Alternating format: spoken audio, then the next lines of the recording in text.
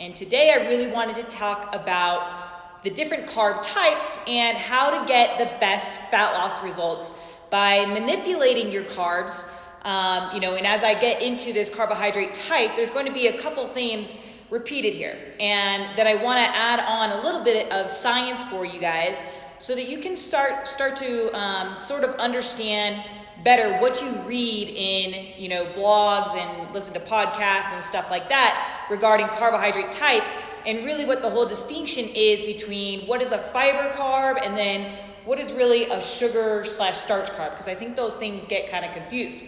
So in other words, you should know by now from going through my past videos what a lot of your peers do not know, because they are still thinking in whole grain. They still think that whole grains are the best source of fiber.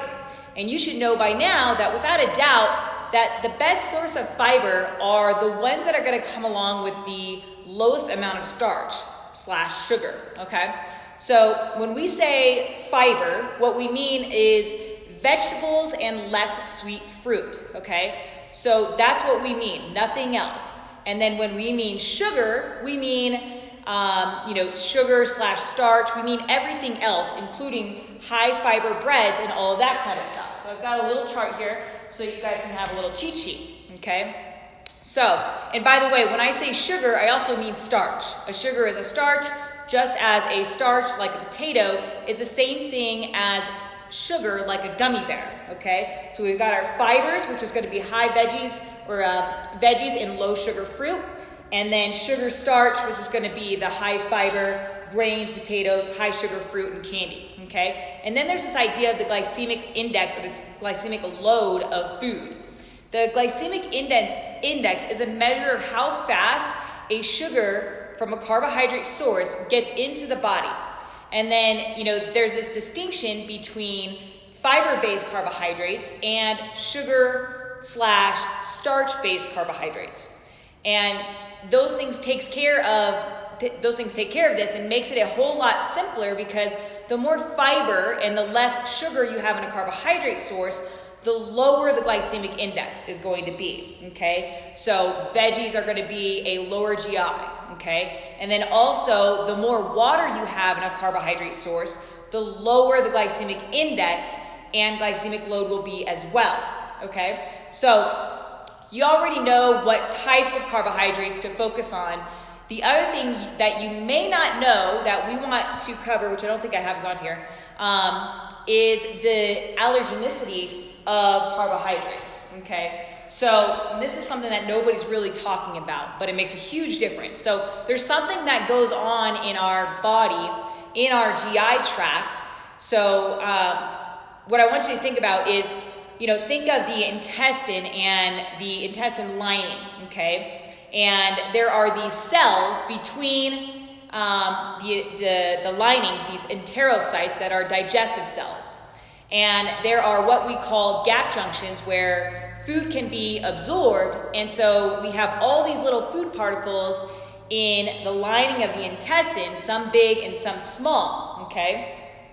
And these small particles can pass through this gut lining, but the bigger particles can't, okay? And sometimes what happens here is that due to inflammation or food sensitivities or stress, and certain foods like nightshades, like tomatoes and white potatoes, and gluten and dairy and things like that, or maybe even some antibiotics or just stress in general, these gap junctions can widen, allowing large food particles to pass through.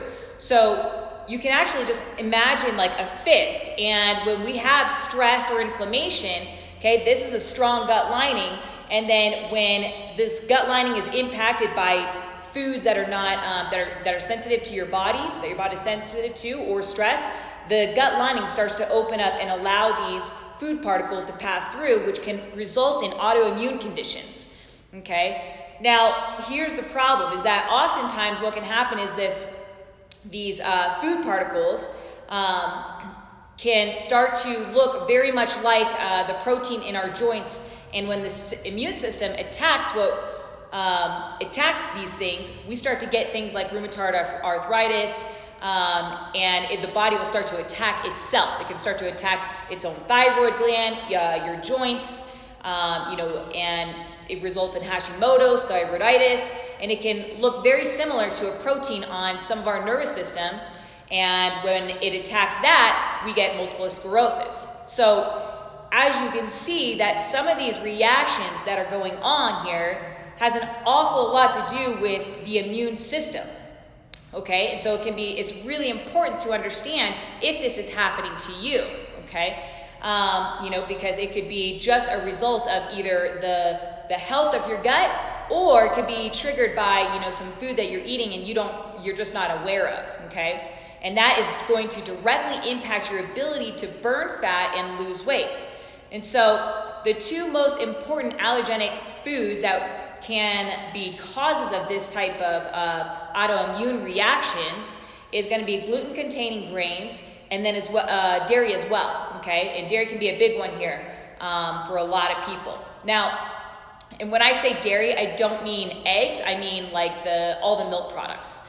Okay, but here's the point. When we take these sort of gluten-containing grains and breads and stuff like that, that's the only one that we tend to know about, okay? And so for those of you who are dealing with sort of gut, GI-related dysfunction, bloating, inflammation, puffiness, you need to pay close attention to the type of carbohydrates that you're eating. And of those starchy carbs, you want to make sure that you are eating low allergy carbohydrates. And really the best way to do this is just kind of omit the dairy, grains, and nightshades out of your diet, and then see how things change, okay? And when you take them out, what you want to do is really focus on these 4 starchy carbs. So you want to be focusing on oats, bananas, potatoes, and rice, okay? So if you're someone who's dealing possibly with an autoimmune related condition, or just want to see if maybe any of these allergenic type foods are bothering you, try to stick to these 4 starchy carbs, and these are going to be the best ones for fat loss as well, because they are the least allergenic of the starches that are out there, okay? And another one that should be on here are sweet potatoes, okay? Sweet potatoes are going to be better than white potatoes because white potatoes are nightshades. And in some people, they can be really sensitive to that. But sweet potatoes tend to be nice and clean, okay? So you notice here that breads and things like that are not really on this list, okay? Because of that sort of gluten allergenic effect.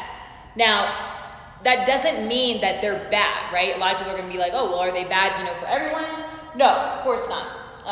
They aren't. But if you're someone who's dealing with digestive distress, joint pain, thyroid issues, things like that, when you choose your starchy carbs, these are going to be, like those 4 are going to be the starchy carbs that you really want to be focusing on, okay?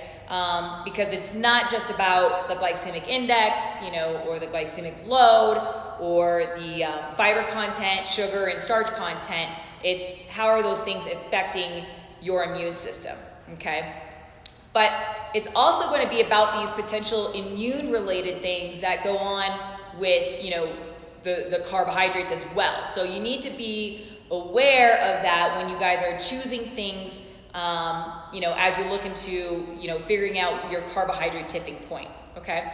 So that was the first thing I just kind of wanted to cover. The second thing that I want to cover is this last piece about the carbohydrate tipping point, which is carbohydrate timing, okay? So a lot of you guys have seen or have heard a lot about this. And the first thing that I'll say about this is there are times that we are way more sensitive to carbohydrates, and then there's times that we are less sensitive to carbohydrates, okay?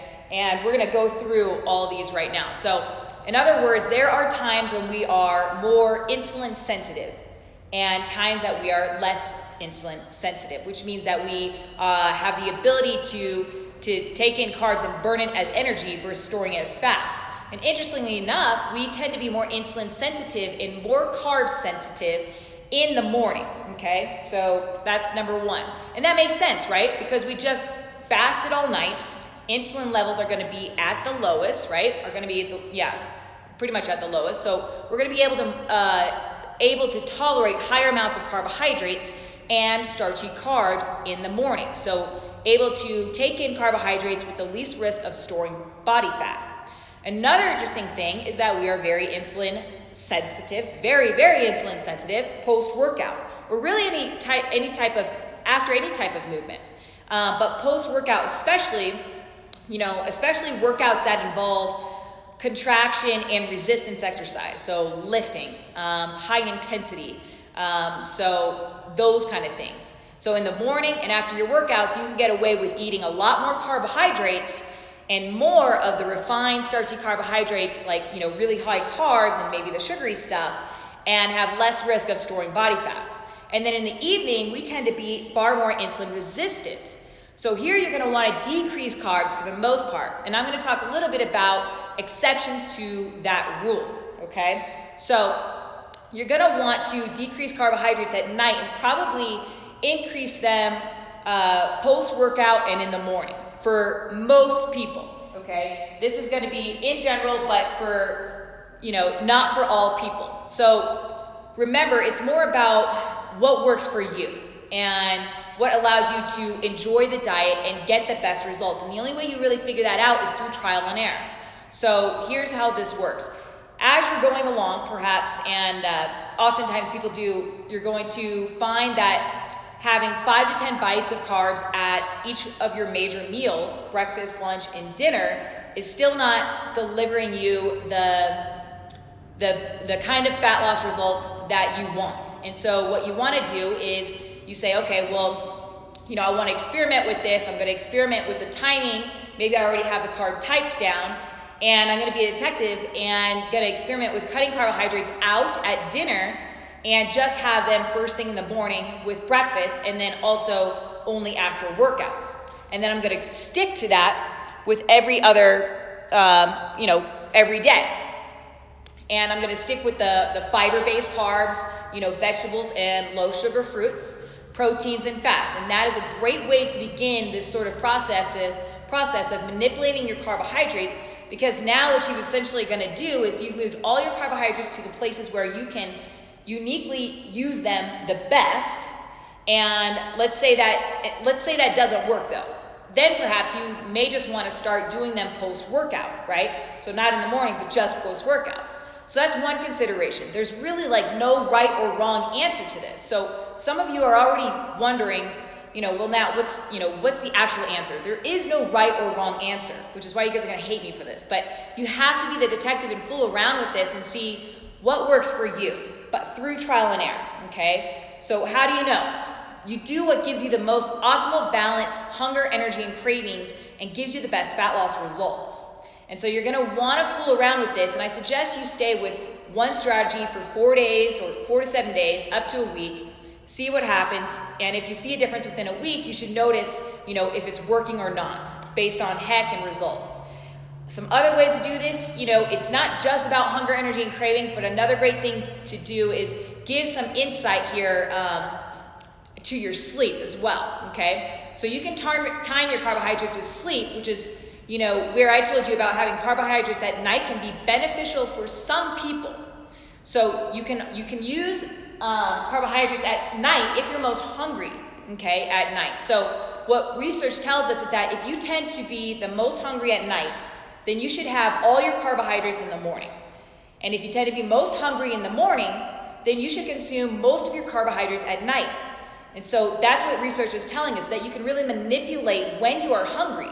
Okay, so you can use hunger to determine that if you're someone who's ravenous in the morning, don't have any carbs all day, have them, almost all of them at night, all those starchy carbs at night, okay? And if you're somebody who is ravenous at night, have most of your starchy carbs in the morning, and that will skew your hunger curve at night, okay? And if you're somebody who has difficulty sleeping, you continually feel wired at night or wake up repeatedly each night, you may want to have more of your carbohydrates at night as well, because for some people, that can help you sleep, okay? So if you're having trouble sleeping, forego all the carbs during the day and put them at night, and that'll help you get a good night's sleep, which is a big rock that's going to keep you insulin sensitive for the next day, okay?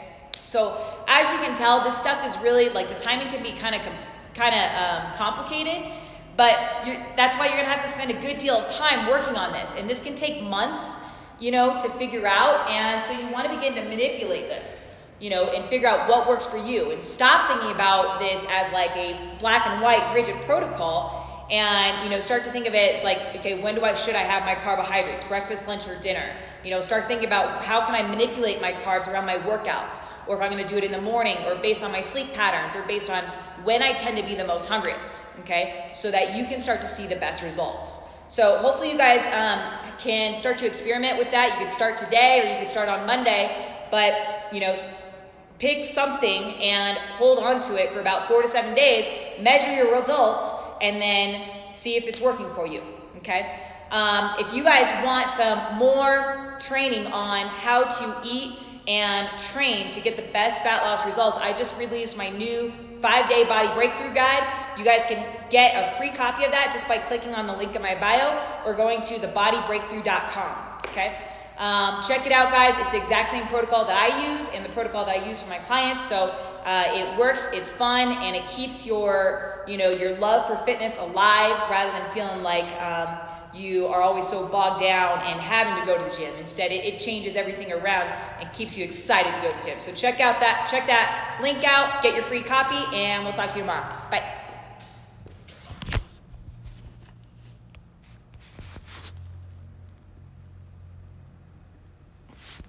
Cool.